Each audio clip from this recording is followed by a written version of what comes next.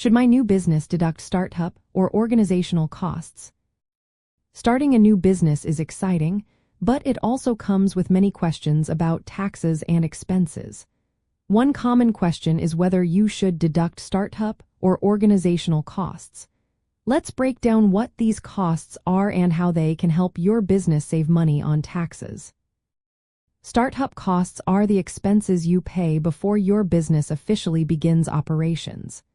These include things like market research, developing your product or service, advertising for your launch, and even costs for finding a location. Organizational costs are the expenses directly related to forming your legal business entity, such as legal and accounting fees for setting up your corporation or LLC, state filing fees, costs for organizing meetings, and licenses or permits needed to operate legally. You can deduct up to $5,000 of startup costs and $5,000 of organizational costs in your first year of business. But if your total startup or organizational expenses are more than $50,000, this deduction is reduced dollar for dollar. For example, if your startup costs are $60,000, your immediate deduction drops to $4,000. Any costs beyond the $5,000 limit need to be spread out over the next 15 years through a process called amortization. This means you deduct a small part of those costs each year starting from the year your business becomes active. Not all expenses qualify for these deductions.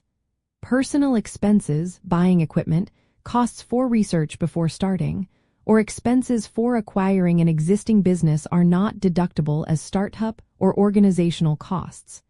Also, expenses related to issuing stock or political activities do not qualify. For Asian American entrepreneurs, understanding these rules is especially important.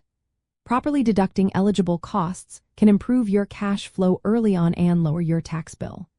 Many small business owners face challenges like language barriers or navigating complex legal requirements. Working with a tax professional familiar with small businesses and community needs can help you classify expenses correctly and follow IRS rules. To make the most of these deductions, keep detailed records of all your expenses. Separate costs you paid before your business started from those related to forming your legal entity. Consult with a tax professional to ensure you apply the rules properly and plan for the amortization schedule if your costs exceed the immediate deduction limits. Remember, planning ahead can help you maximize your tax benefits and keep your business financially healthy from the start. In short, yes, your new business should deduct startup and organizational costs when eligible. Doing so can provide important tax relief during your early growth phase, especially for Asian American entrepreneurs managing tight budgets and aiming for long-term success.